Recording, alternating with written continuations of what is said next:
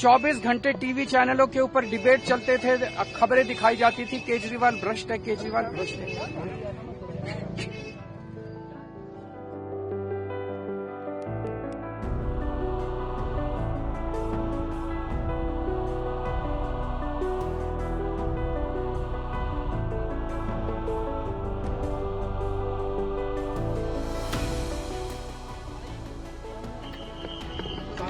ये केजरीवाल भ्रष्ट नहीं है।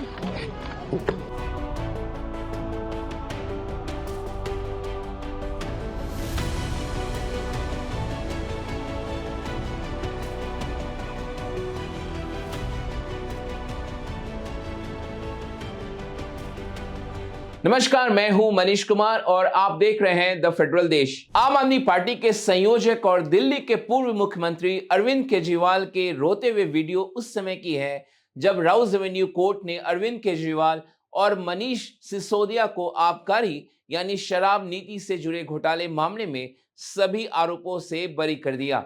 जैसे ही अरविंद केजरीवाल कोर्ट से बाहर मीडिया के सवालों का जवाब देने के लिए मुखातिब हुए, बोलते बोलते वे भावुक हो गए और फफक कर रोने भी लगे।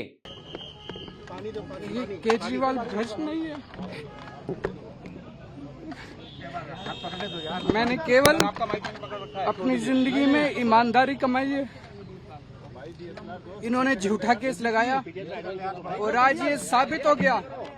कोर्ट ने कहा है कि केजरीवाल कट्टर ईमानदार है, मनीष सिसोदिया कट्टर ईमानदार है, आम आदमी पार्टी कट्टर ईमानदार है।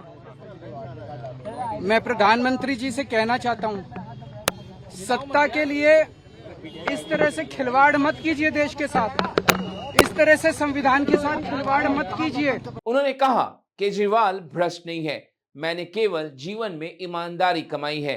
मनीष सिसोदिया भ्रष्ट नहीं है, आम आदमी पार्टी भ्रष्ट नहीं है। केजरीवाल ने खुद को कट्टर ईमानदार बताया। केजरीवाल ने कहा, ये कोर्ट ने कहा है।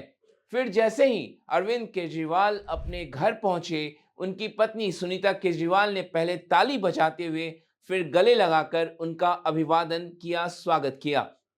अरविंद केजरीवाल ने अपने बेटे और बेटी को भी गले लगाया और इस तस्वीर को देखिए, कैसे अरविंद केजरीवाल अपने परिवार के बीच फिर से भावुक हो गए। लेकिन राजनीति में नेताओं के आंखों से जब आंसू बहते हैं तो वो बेहद मायने रखता है।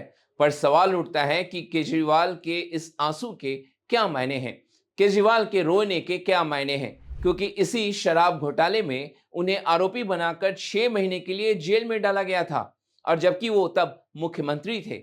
और इतना ही नहीं, उन्हें इसकी कीमत दिल्ली में अपनी सत्ता को गंवाकर चुकानी पड़ी। इसी शराब घोटाले को बीजेपी कांग्रेस ने 2025 के फरवरी महीने में हुए दिल्ली विधानसभा चुनाव में बड़ा चुनावी मुद्दा भी बनाया। दिल्ली में 28 सालों के बाद बीजेपी का वनवास खत्म हुआ। महिला कांग्रेस की अध्यक्षा अलका लांबा ने तो अरविंद केजरीवाल के आंसू पर तंज भी कस दिए। उन्होंने कहा, आम आदमी पार्टी के ये आंसू एक नौटंकी है। उन्होंने कहा, आरएसएस की बी टीम बनकर अन्ना हजारे की आड़ में दिल्ली के रामलीला मैदान में आम आदमी पार्टी ने जो षड्यंत्र रचा, मनमोहन सिंह और शीला दीक्षित पर झूठे आरोपों में उन्हें बदनाम किया। अलका लांबा ने कहा कि उनके साथ जो आपने किया वही आज आपके साथ सामने आया है। उन्हें भी बाद में यूं ही हर मामले में क्लीन चिट मिली, निर्दोष वे साबित हुए थे। आज वो दोनों इस दुनिया में जीवित नहीं हैं। अलका लांबा ने कहा, क्या कभी नौटंकी कंपनी उनसे माफी मांगेगी? ये कोई, मुझे नहीं लगता कि कोई भी हैरान है इस बात को देखकर। जो भी भारतीय जनता पार्टी की राजनीति को समझता है वो तैयार था इस चीज के लिए, क्योंकि आने वाले कुछ सालों में, महीनों में गुजरात और पंजाब के इलेक्शन आने वाले हैं। उसके लिए अरविंद केजरीवाल और आम आदमी पार्टी को नहला धुलाकर फिर से सबके सामने पेश किया जा रहा है, ताकि कांग्रेस को कैसे कमजोर किया जाए। यही बात कांग्रेस को कमजोर करने की आपने कड़ी में देखी कि कल चिदम्बरम साहब के खिलाफ सैंक्शन फॉर प्रोसिक्यूशन आ गया, तमिलनाडु में चुनाव है। और आपने देखा पिछले हफ्ते मेरठ में टीएमसी तक की तारीफ कर दी प्रधानमंत्री जी ने कांग्रेस को नीचा दिखाने के लिए।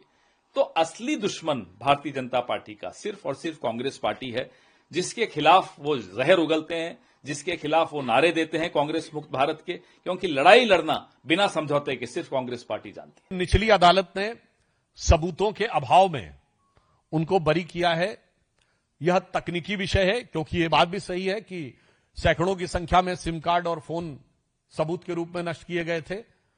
अब वो किस भाव से वो सबूत नष्ट किए गए थे, उस कारण से सबूतों का क्या अभाव उत्पन्न हुआ है, इस विषय को लेकर जो भी होगा, सीबीआई एक टेक्निकल इशू है, इस पे अगला स्टेप उठाएगी, वो हाई कोर्ट में जाते हैं या क्या होता है। जहां तक पार्टी का संदर्भ है, इस पूरे डिटेल के आने के बाद वह इस पर स्ट्रक्चर्ड रिप्लाई देगी। और यह भी बात विचारणीय है कि यदि सबूत बिल्कुल नहीं थे तो कोर्ट ने चार्जेस फ्रेम करने की परमिशन कैसे दी। अरविंद केजरीवाल के आंसू पर सवाल भी उठने लगे हैं, लेकिन अब जो बड़ा सवाल उठता है, जिस प्रकार राउज एवेन्यू कोर्ट ने केजरीवाल को सभी आरोपों से मुक्त कर दिया, क्या केजरीवाल के लिए यह संजीवनी बूटी का काम करेगा। दिल्ली में तो विधानसभा चुनाव अभी 4 साल दूर है, लेकिन 2027 में अरविंद केजरीवाल का बड़ा इम्तिहान पंजाब, गोवा, गुजरात के विधानसभा चुनाव में होगा। पंजाब में आम आदमी पार्टी की सरकार है, भगवंत मान वहां मुख्यमंत्री हैं, लेकिन क्या 2027 में आम आदमी पार्टी की पंजाब में फिर से वापसी होगी। क्या राउज एवेन्यू कोर्ट के फैसले ने अरविंद केजरीवाल को जो नया जीवन दान दे दिया है, इसके लिए हमें 2027 का इंतजार करना होगा। तो आज आपको हमारा ये वीडियो कैसा लगा, कमेंट बॉक्स में जाकर जरूर कमेंट करिए। हमारे वीडियो को लाइक करिए, शेयर करिए, और अभी तक आपने द फेडरल देश के यूट्यूब चैनल को सब्सक्राइब नहीं किया है तो उसे जरूर सब्सक्राइब करें। आज ये वीडियो देखने के लिए आपका बहुत बहुत शुक्रिया, धन्यवाद।